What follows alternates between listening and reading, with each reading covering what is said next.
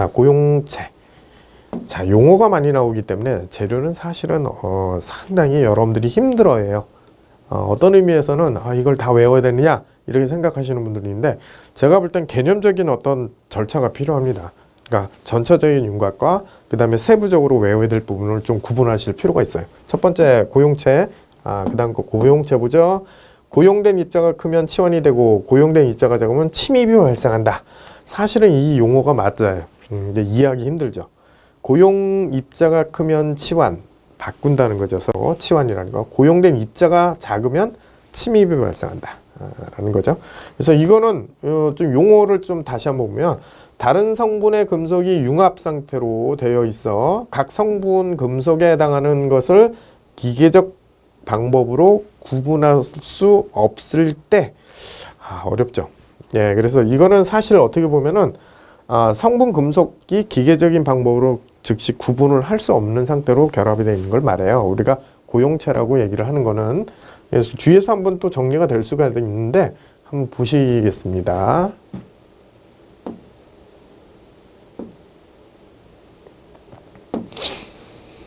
자, 고용체의 종류를 먼저 한번 보면서 좀 정리를 해보죠. 자, 첫 번째 침입형 고용체. 자, 성분, 금속의 결정 구조 중에서 다른 원자가 침입하는 거. 자, 원자가 침입하는 것을 우리가 침입형. 그래서 보통 우리가 합금을 할 때, 합금 중에 우리 여러분들 좀 관심 있는 거, 금이죠, 금. 네, 일반적으로 합금 18K가 24K보다 경도가 높죠. 당연하죠. 왜냐하면 금 같은 경우는 어쨌든 합금이 되면 고용경화가 생겨요. 합금이 되면. 그래서 18K가 좀 더 단단하죠. 순금보다. 그래서 우리가 보통 이러한 형태를 침입형 고용체의 어떤 일환이라고 볼 수 있어요. 그래서 그 표현으로, 그러니까 표현보다는 사실은 실생활에서 느끼는 어떤 그 이해죠. 이해가 이것이 이제 말씀을 드릴 수가 있고, 치환형 고용체가 있어요. 성분의 원자가 다른 성분의 금속을 결정격자의 원자가 바뀌는 거예요. 원자 위치가 바뀌는 형식. 그래서 이건 치환형입니다. 치환형. 나중에 종류가 나올 겁니다. 그 다음에 규칙격자형. 치환형 고용체 중에서 두 성분의 원자가 규칙적으로 치환 배열을 낸다라는 것을 알고 계시면 되겠어요. 그래서 우리가 일단 고용체는 침입형, 치환형, 규칙격자형 고용체, 이렇게 세 가지가 있다는 걸 알고 계시고, 구분 형태는 일단 나중에 정리를 하는 형태로 해보겠습니다. 그 다음 금속과 화물, 서로 다른 금속이 화학적으로 결합되어 있어요. 그래서 이 자체는 다른 성질을 갖는 독립된 화합물로, 특징이 있어요. 이 금속과 화물은 경도가 높아요. 일단. 그다음에 내마멸성이 우수하다. 이걸 우리가 금속과 화합물이라고 얘기합니다. 자, 우리가 보통 표현할 때 공정에 의해서 발생한 거, 그 다음에 공석에 의해서 발생한 거를 구분을 할 수 있는데, 우리가 보통 공정 그러면 주물을 얘기해요. 주물. 그러니까 주물, 우리가 주철 제품을 얘기를 하죠. 주철. 그 다음에 공석은 바로 강을 얘기합니다. 강. 자, 먼저 공정에 대한 부분. 두 개의 용융금속이 서로 응고시 일정 온도에서 액체로부터 두 종류의 성분이 일정한 비율로 정출이에요. 정출 혼합됐다. 그래서 이걸 우리가 보통 공정이라고 얘기합니다. 그러니까 이거는 액체로부터 시작을 하죠. 그러니까 온도가 높은 정도에서 좀 시작이 된 거예요. 그래서 액체에서 고체 플러스 고체가 되는 형태로 얘기를 하는데, 보통 이제 레드라이트라고 그래서 감마철 플러스 시멘타이트 조직을 우리가 보통 얘기를 하죠. 이 공정이라고 그래요. 우리가 여기서부터 이제 우리가 보통 주철제를 얘기를 하죠. 주철제. 공석이 있어요. 일정한 온도에서 하나의 고용체로부터 두 종류의 고체가, 자, 이제는 여기서는 두 종류의 고체가 나와요. 일정한 비율로 동시에 석출입니다. 석출. 아까 정출이라고 나왔죠? 그래서 우리가 보통 부를 때 공정, 그 다음에 공석, 이런 식으로 얘기가 되는 거죠. 그래서 보통 여기서는 이제 혼합물, 여기서도 이제 혼합물입니다. 혼합된 조직이고, 고용체는 고체와 고체. 자, 여기서 봤을 때 보통 이제 폴라이트라는 것이 알파철과 시멘타이트 조직을 플러스했을 때 나타나는 조직이라고 보시면 되겠어요. 공석점이 조금 낮죠. 네, 온도는 좀 낮다고 볼 수가 있어요. 공정점보다는. 그래서 실질적으로 여러분들이 보실 때 공정과 공석에 의한 부분을 우리가 보통 얘기를 할 때 금속관화합니다. 이렇게 얘기를 할 수 있어요. 그 다음에 포정 반응과 편정 반응이 있어요. 포정 반응이 있는데 포정 반응은 하나의 고체에서 다른 융체가 작용해서 다른 고체를 만드는 거예요. 보통 그러니까 어쨌든 고체와 액체가 형성이 돼서 B고체가 만들어진다 이렇게 보시면 되고, 편정 반응이 있어요. 하나의 액상에서 별개 액상 자체에서 고용체가 동시에 생성하는 거거든요. 그러니까 액체 상태에서 고체와 액체가 나타나는 형태다 이렇게 보시면 돼요. 좀 용어가 어렵죠. 포정, 편정 이런 식으로 구분을 하는데, 어쨌든 여기서는 금속관화물은 공정, 공석, 포정, 편정 이런 식으로 네 가지의 종류가 있다라는 것만 알고 계셔도 되겠습니다. 사실 여러분들이 기계 재료에 대한 부분에 대해서 어떤 학문적인 형태가 아니라 이 자체를 갖다가 기능사를 취득하게 한 방안으로 과목이 형성되어 있기 때문에 여러분들은 어느 정도의 개념적인 부분과 외워야 될 부분과 외우지 않아야 될 부분을 나눌 필요가 있어요. 예, 그 부분 중에 그런 부분 중에 이런 것들이 있다라는 걸 알고 계시면 분명하게 외워야 될 것인가 안 외워야 될 것인가를 판단하실 수가 있습니다. 자, 금속의 소성 변형. 자, 이것도 이제 사실은 굉장히 중요한 부분이죠. 재료 역학 부분에서 이제 체크가 돼야 될 부분인데, 금속 재료에도 들어가고 사실은 기계 공작법에도 들어가요. 자, 소성 변형. 외력을 가했을 때 그 재료의 변형이 외력을 제거하더라도 원상태로 되돌아가지 않는 성질을 소성이라 한다.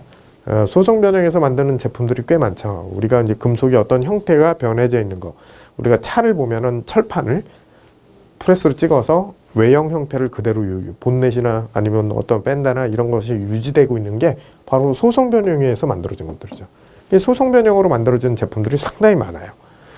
그 다음 플라스틱 디포메이션이라고 얘기하죠. 그래서 탄성 변형, 탄성 한계에 인해서 가해진 외력을 제거하면 원형으로 돌아가는 일시적인 변형을 우리가 탄성 변형이라고 그래요. 일라스틱 포메이션이라고 얘기를 합니다. 그래서 탄성 변형, 그래서 원래대로 탄성이 유지되게끔, 그러니까 원래의 형태로 되돌아가는 거죠.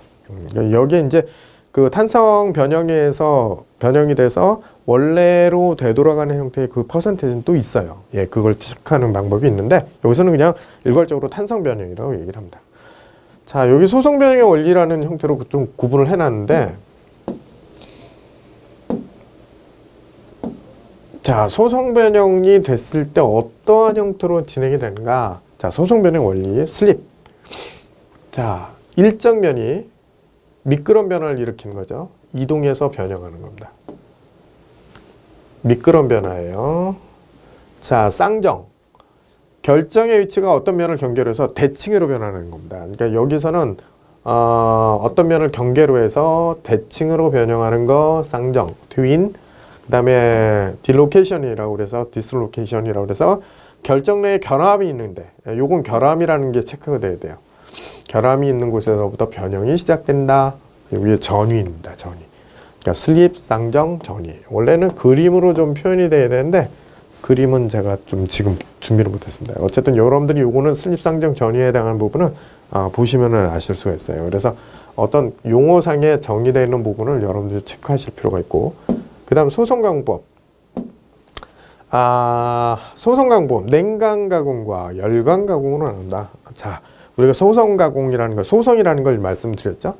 일반적으로 소성이라는 것은 변형을 줬을 때, 즉 변형에 가까운 형태의 힘을 줬을 때 완전하게 변형이 돼서 어떤 원래 있던 형태의 재료의 형상과 다르게 나타나는 것을 우리가 목적으로 하는 형상으로 이제 변한 것을 우리가 소성이라고 그래요. 이게 소성 변형을 하게 되면 우리가 보통 냉간하고 열간으로 구분을 합니다. 자, 열간과 냉간을 한번 얘기를 할 텐데, 냉간 가공과 열간. 냉간 가공하면 여러분들 온도를 낮춰서 하는 줄 알아요. 사실은 그게 아니라 기준이 있죠. 바로 이겁니다. 재결정 온도. 재결정 온도 이상에서 하느냐 열간, 이하에서 하느냐 냉간, 이렇게 구분을 합니다. 예, 0도씨 이하가 아니에요. 그건 따로 부르죠. 그래서 소성 가공은 냉간 가공과 열간 가공의 기준점은 바로 재결정 온도다라고 하는 걸 꼭 기억하세요. 자, 냉간 가공이라고 있어요. 콜드 워킹이라고 그래서 제결정 온도 이하에서 가공으로 가공 경화로 경도와 인장 강도는 증가되지만 연신율은 저하한다. 사실은 냉간 가공과 열간 가공의 차이점을 보면 냉간 가공 같은 경우는 변형이 좀 쉬운 형태의 재료를 많이 써요. 열간 가공 같은 경우는 이제 상온, 즉 다시 말해서 제결정 온도 이상에서 가공을 해야지만 좀 더 수월한 형태의 제품을 얻어낼 때 그때 쓰는 것이 보통 이제 냉간 가공을 하고 그렇지 않고 열을 가해서 해야지만 어느 정도 수월한 형태로 제품이 가공이 된다 그러면 우리가 보통 열간 가공을 많이 쓰는 거죠.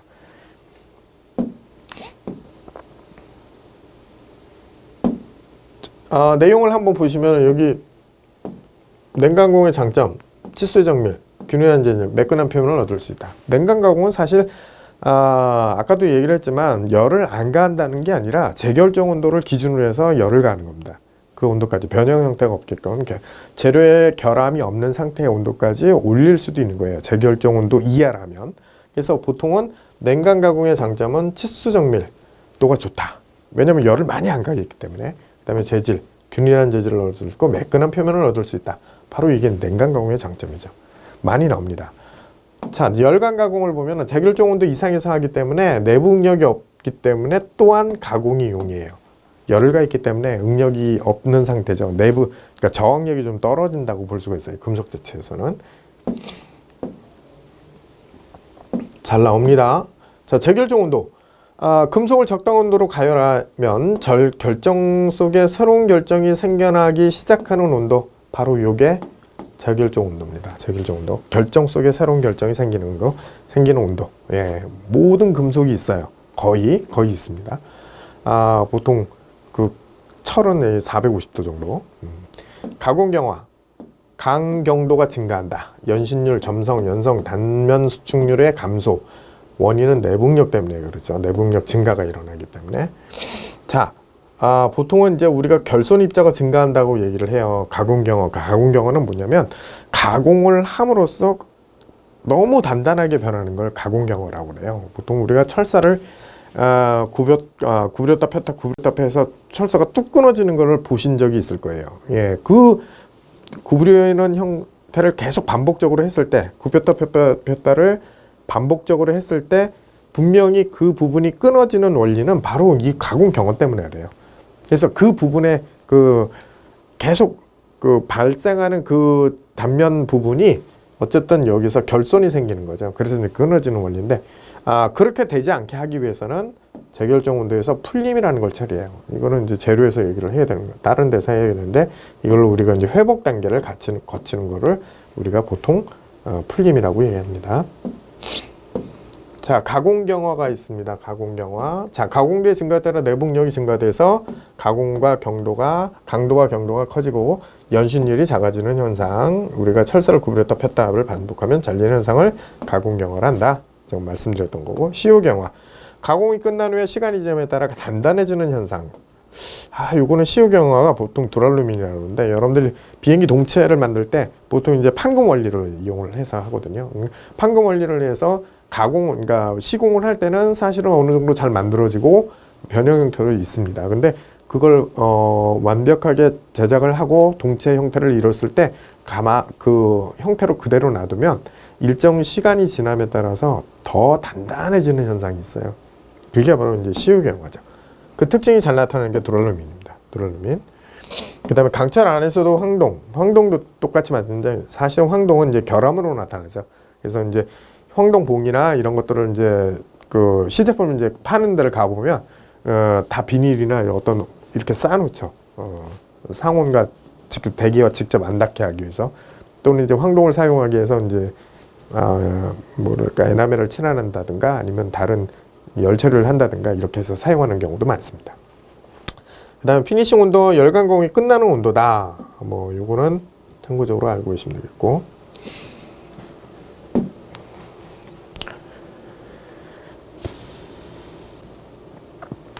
자, 철강 재료 부분을 한번 볼게요. 철강 재료. 자, 철강 재료 부분을 보겠습니다. 자, 철강 재료. 선철의 제조 시의 재료라고 볼 수가 있어요. 철광석, 자철광, 저철광, 갈철광, 늘창호.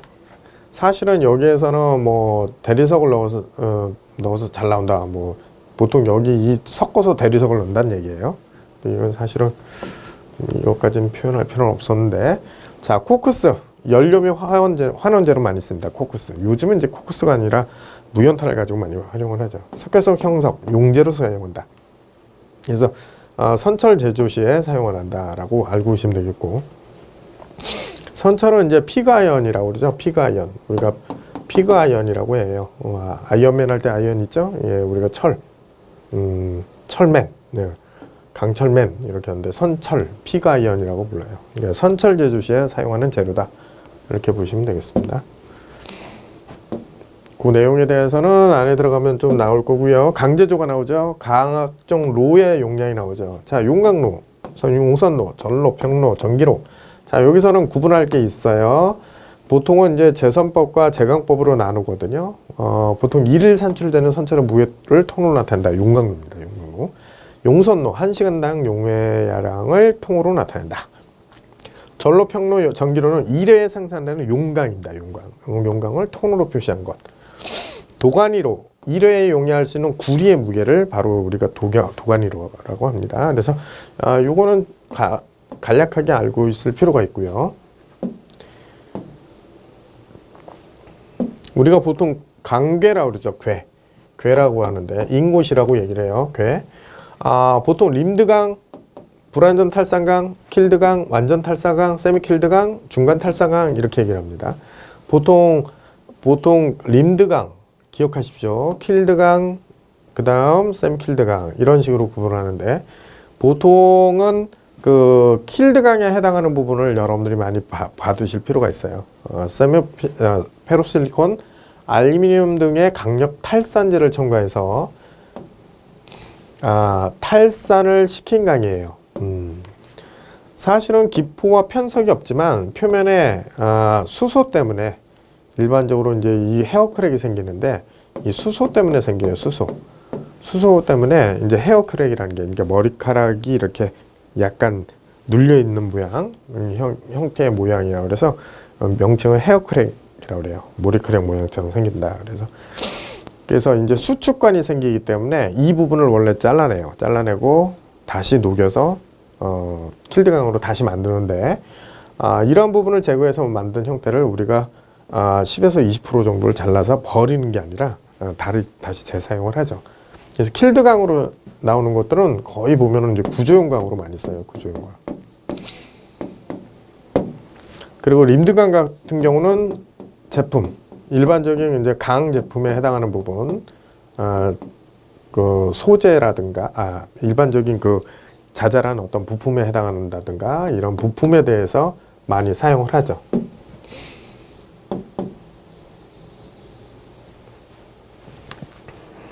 그 다음에 세미킬드강, 림드강과 킬드강의 중간 정도입니다. 일단 자, 여기 써놨죠? 헤어크랙의 원인.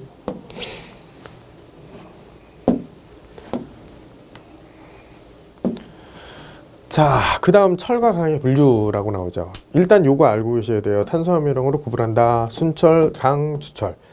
자, 탄수화물량은 0.02% 이하, 0.02에서 2.1%, 2.1에서 6.68. 자, 요 프로테이지는 사실은 크게 중요하지 않아요. 어디에서는 0.025 이렇게 얘기도 하거든요. 뭐 이렇게 외우셔도 되고, 그 크게 관계는 없어요. 예, 문제가 되지는 않습니다. 제조법은 전기분해법으로 한다. 강은 제강로에서 하고 주철은 용선로에서 한다 라는 거를 알고 계시면 되겠고, 그래서 순철, 강, 주철 이런 식으로 구분을 합니다. 일단 요 상태만이라도 알고 계셔도 좋겠어요. 기본으로. 네, 구분되죠? 0.02에서 2.1 강. 그 다음에 요 2.1에 해당하는 부분에서 6.08까지를 주철이라 한다 라는 걸 알고 계시면 되겠고. 자, 먼저 순철의 종류를 보죠. 순철의 성질을 보죠. 탄수화물량이 0.02 이하인 순도가 높은 철을 우리가 암코철, 전해철이라고 한다. 누구 이름 같죠? 자, 암코철과 전해철이라고 한다. 사실은 여기에서 탄수화물량이 0.02% 이하이기 때문에 순도가 높다고 그래요. 우리가 보통 요를 순철이라고 얘기를 하면서 이 순철이 사용되는 부분은 일단은 저항이 없어요. 전기 저항이 아주 작아요. 작기 때문에 많이 활용을 하죠. 그래서 여러분들이 순철을 활용하는 어떤 제품들이 있습니다. 시중에. 그리고 기계 구조용광으로 사용하는 일이 없다. 예, 없어요. 이 구조용광으로 쓸 수가 없습니다. 너무 물러서. 그리고 열 처리도 되지 않습니다. 전기 재료에 많이 사용한다. 자, 순철의 동수처는 뭐 3개다라는데 이거는 뒤에서 얘기를 하겠습니다. 자, 비중은 7.8.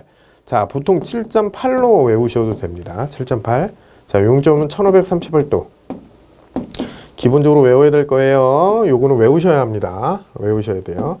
자, 순철의 변태라는 형태를 한번 보죠. 얘는 이제 변태를 하는데 어떤 형태의 변태가 있냐면 동소 변태를 우리가 변태라는 형태로 해요. 물론 자기 변태라는 형태도 있지만 여기서는 순철의 변태를 우리가 보통 동소 변태라고 얘기를 합니다.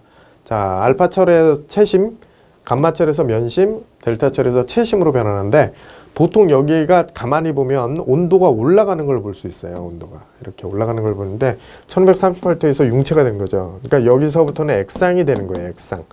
여기서는 고체와 액상이 이루어져 있지만 근접해서는 나머지는 이제 고체죠. 거의 고체라고 볼 수 있는데, 자, 순철의 변태는 동소 변태, A4 변태라고 해서 1400도씨, A3 변태는 910도, 예, 그리고 자기 변태는 768도에서 일어난다라고 하는데 지금 자기 변태는 조금 이따 뒤에서 얘기를 하고 동소 변태만 먼저 얘기를 하자면 동소 변태는 순철이 고체 내에서 원자별이 변화해서 알파, 감마, 델타로 변하는 것을 말한다. 그래서 이거는 사실상 결정을 고체 내에서 원자별이 바뀌는 현상을 얘기를 하는 거예요. 원자별 고체 내에서, 예, 고체 내에서 자기 변태가 있어요. 자기 변태는 순철이 768도에서 갑자기 강자성체에서 상자성체로 변해요. 자, 이거 구분할 필요가 있죠. 강자성체는 자화가 잘 되는 걸 말하는 거고, 상자성체는 자석과 플러스해 놓으면 철을 플러스해 놓으면 이렇게 붙여놨을 땐 자석처럼 보이지만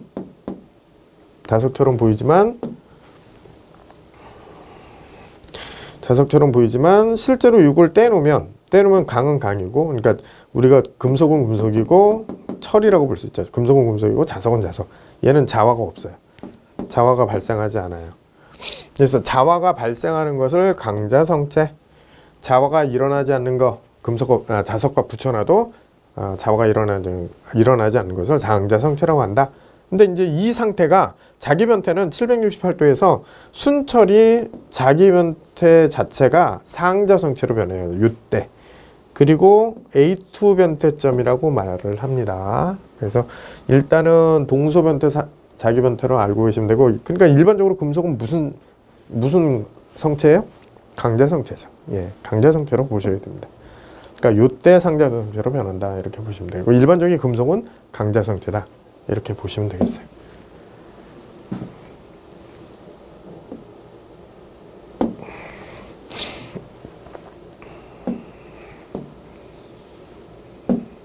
자기 변태 퀴리점이라고 그러죠. 아까 얘기했던 형태에서 알고 계셔야 될 거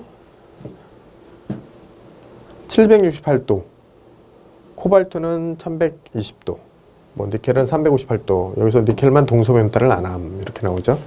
사실은 요것도 구분만 해두시면 되겠고, 퀴리점이라는 표현도 있어요. 퀴리점 알고 계시면 되겠습니다. 자, 그 다음에 탄소광의 종류 및 특성이라고 있습니다. 자, 요거는 강의 기본 조직이 있죠. 보통 우리가 강의 기본 조직 하면은 요거는 알고 계셔야 돼요. 자, 페라이트, 오스트나이트, 시멘타이트, 펄라이트라고 얘기합니다. 그 다음에 레데블라이트, 예, 이런 식으로 구분을 하실 필요가 있고, 일단 페라이트는 알고 계셔야 될 게 0.02% 상태, 탄소가 0.02% 상태. 우리가 알고 있어야 될 거 순철은 그러면 페라이트예요. 순철 그러면 페라이트구나 라고 알고 있습니다. 알파철에. 그래서 이때는 이제 강자성체입니다. 아까 말씀드렸죠? 강자성체라고 일반적으로 금속은. 오스나이트, 감마철에 탄소가 최대 2.11. 어디서 봤죠? 예, 요 상태가 강이에요.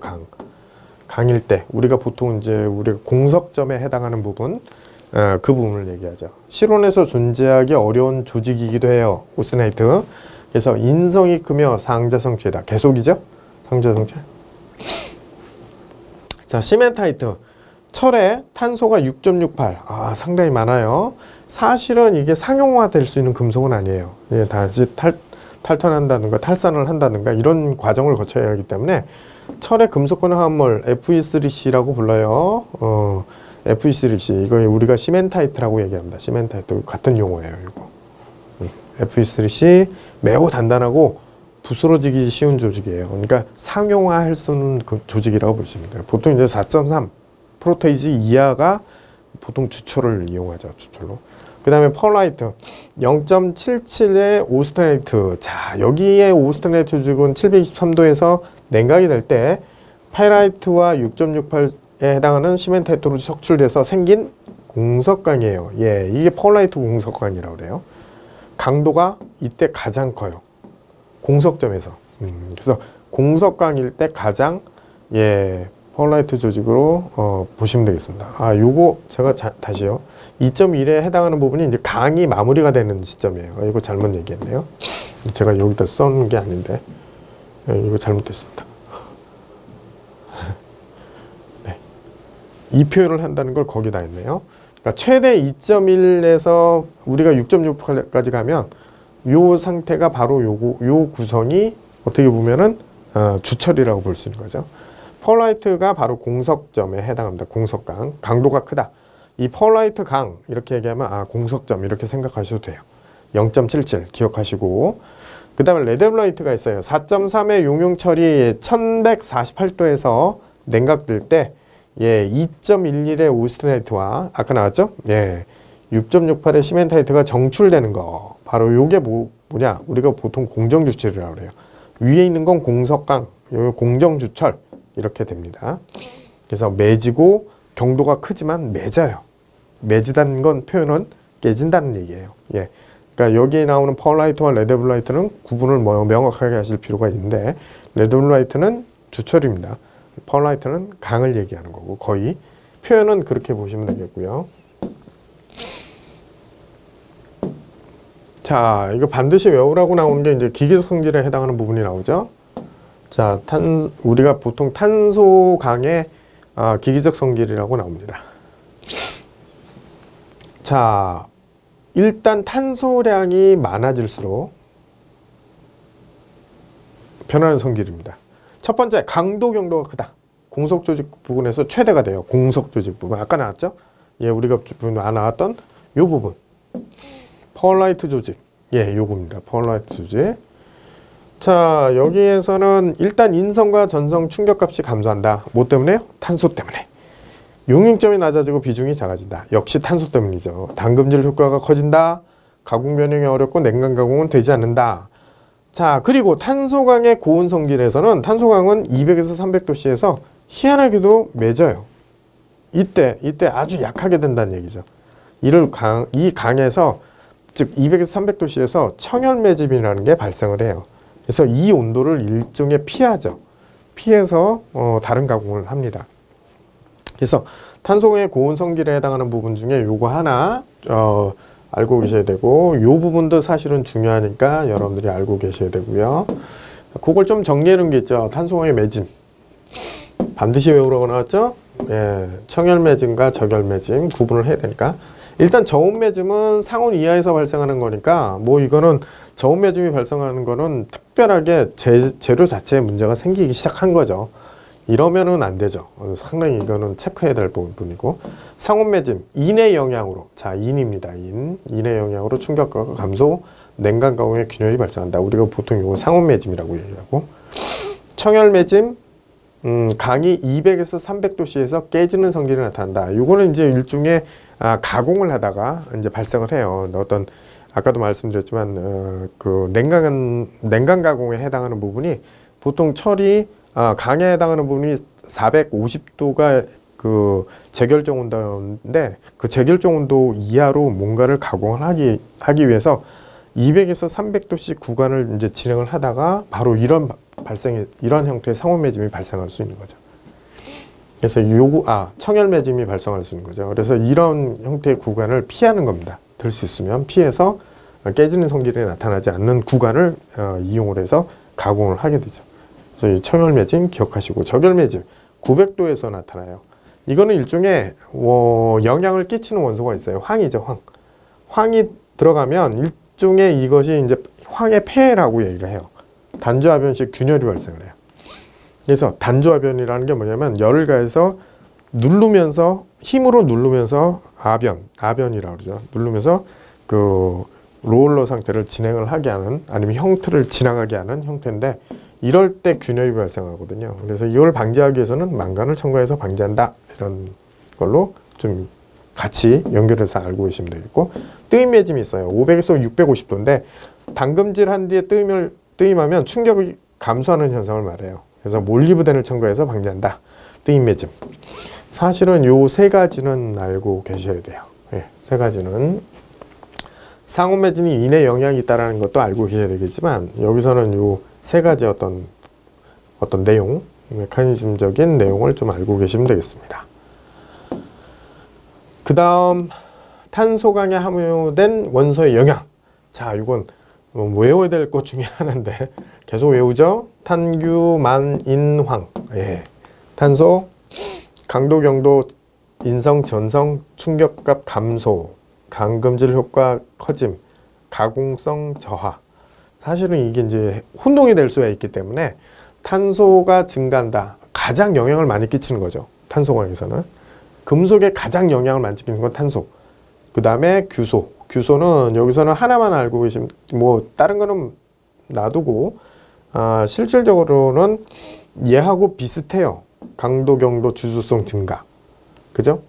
연성 충격치 감소, 냉각 가공 저하, 탄성한도 증가라고 볼 수 있는데, 사실은 비슷하면서도 다른 겁니다. 얘는 이제 주조성이 좋아져요. 여기 있죠? 네, 주조성. 망간이 있어요. 망간. 역시 마찬가지로 강도, 경도, 인성 증가로 나오죠. 연성이 감소하고 억제. 어떻게 보면 탄소하고 좀 비슷한 그 영향을 끼치는 거예요. 근데 여기에는 망간은 적열매짐을 예방할 수 있다. 그 다음에 주조성과 단결성의 효과를 증가시킨다.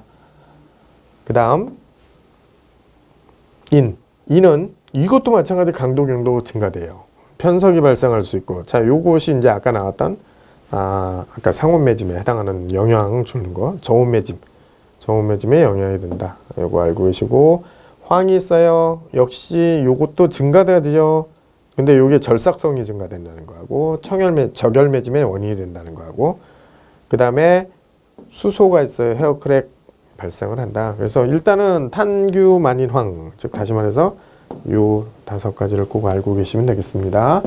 각각의 어떤 키워드 위주로 해서 너무 많은 걸 외우려고 하면은 너무 복잡하니까요. 대표적인 형태의 키워드만 딱딱 외우시면 돼요. 탄소는 어떻든 강도, 경도죠. 딱 보이는 게. 규소는 주소성, 망간은 적열매짐을 예방한다. 그 다음에 인은 저온매짐에 영향을 준다. 황은 적열매짐의 영향.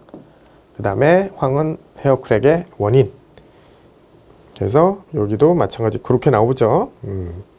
여기 가만히 보면 헤어크랙의 수소의 영향으로 금속내 머리카락 같은 균열이 발생한다라는 거 알고 있고, 구리가 있어요. 인장강도, 탄소한도, 내식성은 증가한다. 근데 아변 시 균열의 원인이 돼요. 의외로 얘가 구리가 아변 시의 균열의 원인을 만들어요. 일단 요거는 약간 복잡할 수 있으니까 일단 요 정도로 마무리를 짓겠습니다.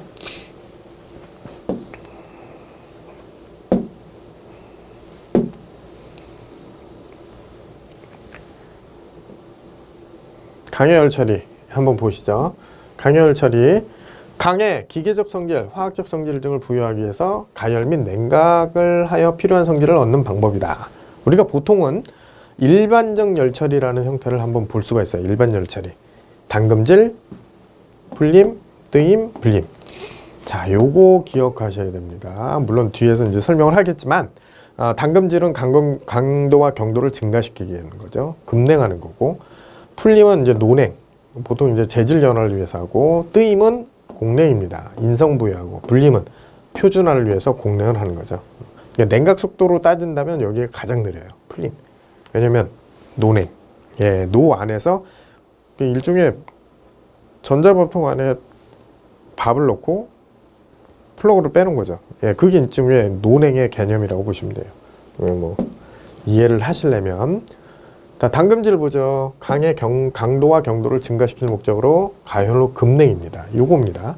당금질 온도는 아공석광과 가공석광에 따라 다른데 A3 변태점, A1 변태점보다 약 30에서 50도씩 높게 가열한 후 급냉한다 라는 거죠. 아까 A3 변태점 말씀드렸어요. 예, 그 변태점보다 30도에서 50도 더 높게 한다는 얘기죠. 그래서 가공석광, 아공석광 이렇게 구분을 하고 강만 지금 뭘 하느냐? 당금질을 하고 있어요. 주철 못하죠? 예, 못해요. 예, 깨집니다. 매짐이 생겨서. 당금질을 볼까요? 순행, 윤행, 공냉. 요거 알고 계십시오. 마텐자이트, 스룹사이트, 소로바이트, 펄라이트. 꼭 알고 계셔야 되고요. 노에서 선행해서 얻는 조직, 펄라이트, 열처리 조직이 아니에요. 논에서 하는 거니까. 공냉 중에, 공기 중에 선행. 공냉 중에, 공냉을 보면 소로바이트 조직이라고 해요. 보통 트루스타이트보다 경도가 작지만 강도 탄성이 요구되는 구조 강제에서 한다. 그래서 보통 우리가 그 트루스타이트 같은 경우는 좀 소강제, 그 다음에 소로바이트 같은 경우는 대강제 이런 식으로 표현을 하죠. 여기서는 어쨌든 표현 형태에서는 요 구분이 소로바이트와 트루스타이트가 약간은 경계가 약간 모호하지만 사실상의 어떤 차이가 있어요. 그래서 공기 중에 선행을 하면서 나타나는 조직이고 유중 기름에 선행하는 게 있어요. 트루스타이트 조직은 말텐자이트보다 경도가 작지만 강인성이 있어요. 강인성.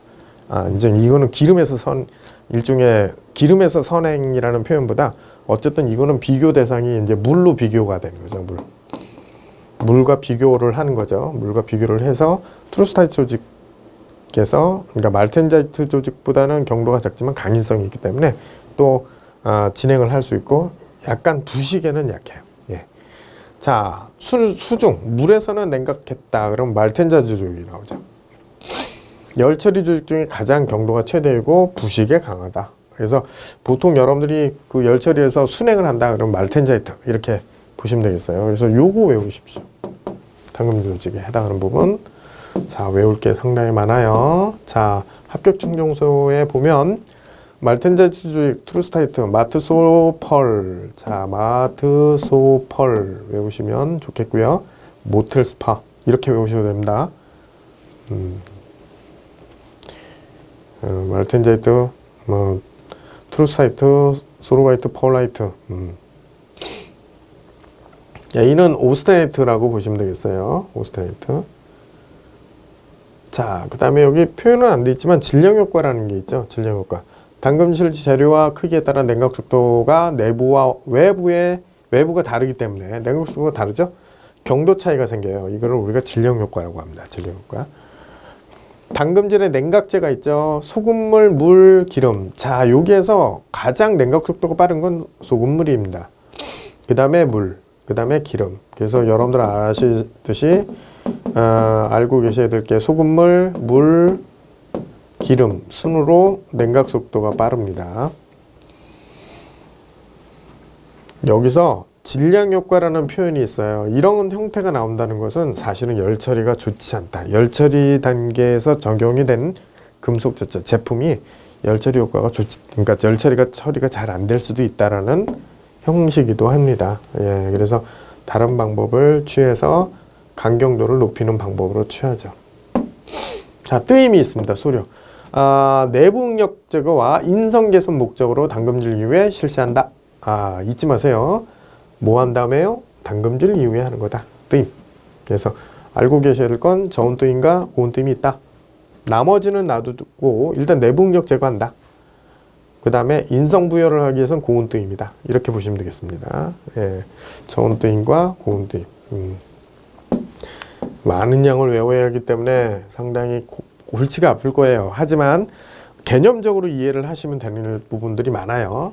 풀림, 소둔이라고 합니다. 목적, 균일화를 위해서 합니다. 균일화.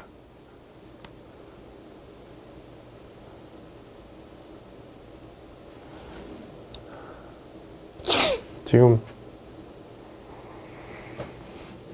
잠깐만요.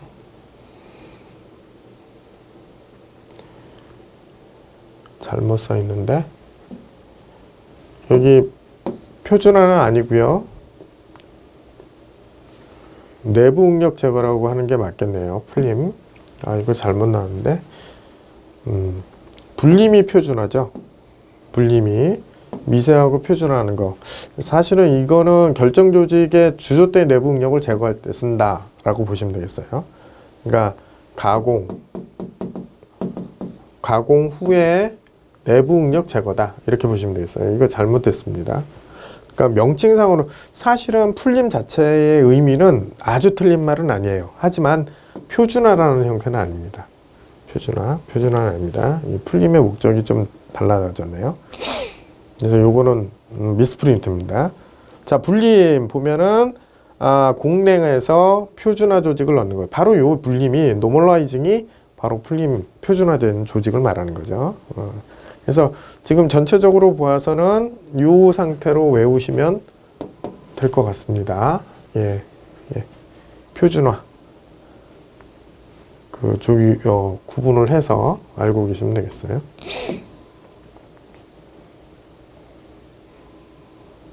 네. 저 위에 있죠? 저 위에 일반 열 처리에 대한 부분을 구분을 해서 외우실 필요가 있어요. 이게 지금 내용 자체의 표준화는 아닙니다. 알고 계시면 되겠고요.